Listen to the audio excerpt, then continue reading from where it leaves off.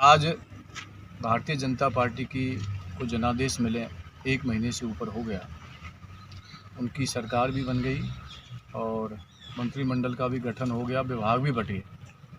पर जिस तरीक़ा से 3 तारीख को रिजल्ट आने के बाद 4 तारीख को जिस तरह से किसानों को बिजली समय पर नहीं मिल पा रही है, ऐसी शीतलहर चल रही है कि रात में लाइट का आना, बिजली का आना और किसान का खेतों में पानी देना, एक तरह से आप समझ सकते हैं कैसी भयानक स्थिति है।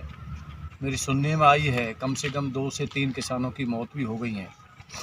इस तरह का जो भारतीय जनता पार्टी जिस तरह से कहती थी कि कांग्रेस के राज में बिजली नहीं है, और भारतीय जनता पार्टी का रिजल्ट आते ही बिजली की व्यवस्था बिल्कुल चौपट हो गई है, किसान बिल्कुल त्राही है। और जिस तरीक़ा का यहाँ के जो विधायक हैं जीतने के बाद जनता की सुध ले नहीं रहे हैं और उल्टा हमारे ऊपर आरोप लगा रहे हैं कि भजन लाल ने बिजली पहले पता नहीं कहाँ से जुड़वा रखी थी, कभी कहते हैं वहाँ से जुड़वा रखी थी। अरे भैया, तुम्हें नॉलेज ही नहीं है, तुम्हें पता ही नहीं है कि बिजली आती कहाँ से है। एमडी से बात करनी पड़ती है, प्रिंसिपल सेक्रेटरी से बात करनी पड़ती है, वहाँ से बिजली की सप्लाई होती है। यहाँ के अधिकारी कर्मचारियों का दोष नहीं है, तो ऊपर से ही बिजली की सप्लाई नहीं है, यहाँ बिजली कैसे मिल पाएगी। तो उनको मैं इतना कहना चाहूँगा कि वो लोग पहले या तो ट्रेनिंग ले लें कि बिजली कहाँ से मिलती है, कहाँ से नहीं मिलती है, जिससे यहाँ के किसानों को दिन में बिजली मिले।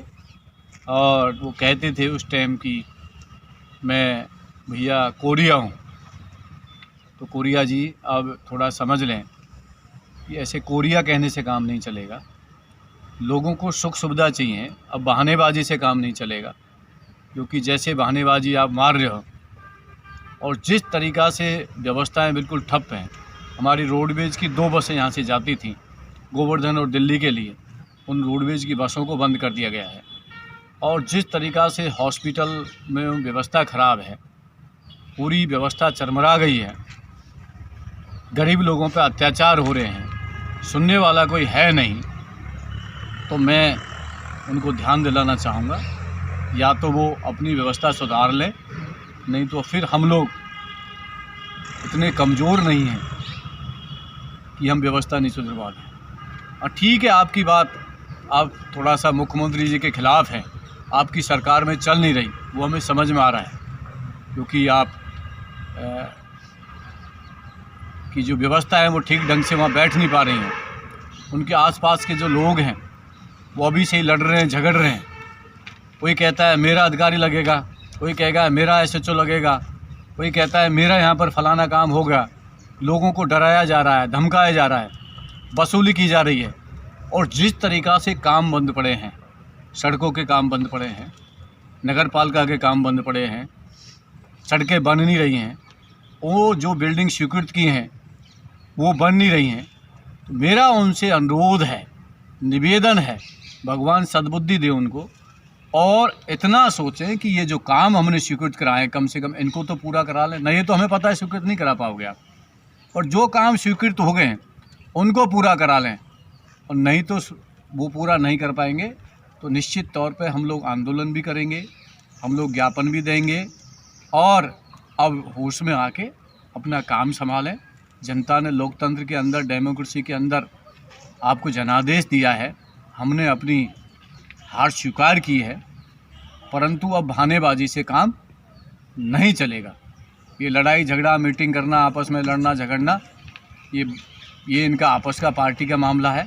परंतु हमारे लोगों को, यहाँ के किसानों को, नौजवानों को सुख सुविधा उपलब्ध होनी चाहिए। सड़कों के काम शुरू हों, पीएससी सीएससी के काम शुरू हों, छात्रावास के काम शुरू हों, अपने हॉस्पिटल के काम शुरू हों। काम तो शुरू कराओ, काम शुरू कराएंगे तभी तो काम चलेगा।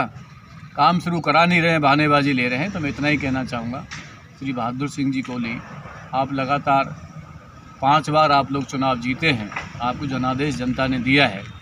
बस इतने से चुप काम नहीं पड़ेगा कि मैं तो साहब कोरिया हूँ तुम्हारा। अब कोरिया कहने से काम नहीं चलेगा, अब तो यहाँ काम करके दिखाना पड़ेगा। नहीं तो अब जनता यहाँ पर जागरूक है, उधर की जनता जागरूक हो चुकी है। मैं तो आप लोगों के माध्यम से भी कहना चाहूँगा कि जिस तरह के अत्याचार हो रहे हैं, गरीबों की ज़मीनों पे बुरा हाल हुआ पड़ा है।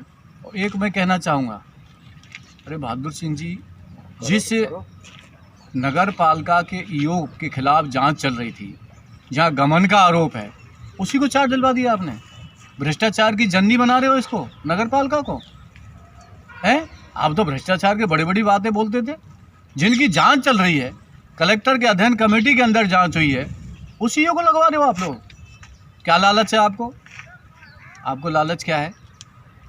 आपने क्या किया ऐसा कि उसी आपको और ईओ नहीं मिला? या तो उसको हटवा लें, नहीं तो आपको हटाना पड़ेगा। अधिकारी से आप फ़ोन करके कह रहे हो, कर्मचारियों को धमका रहे हो, कभी एसएचओ को धमका देते हो, कभी बीडीओ को धमका रहे हो, कभी किसी को धमका रहे हो। धमकाने से काम नहीं चलता, काम करने से चलता है। मैं तो इतना ही कहना चाहता हूँ, जनादेश स्वीकार करें। आपको जनमत दिया है, ठीक है, मुख्यमंत्री जी से आपका तालमेल नहीं बन रहा है, अब ये आपकी मजबूरी है, क्या है, कैसे हैं, इसलिए इन कामों को सुचारू रूप से चलाएं, किसान को दिन में बिजली दें और विकास के काम हों। हम तो और सहयोग करने के लिए तैयार हैं, पर करेंगे हम लोग सकारात्मक सहयोग।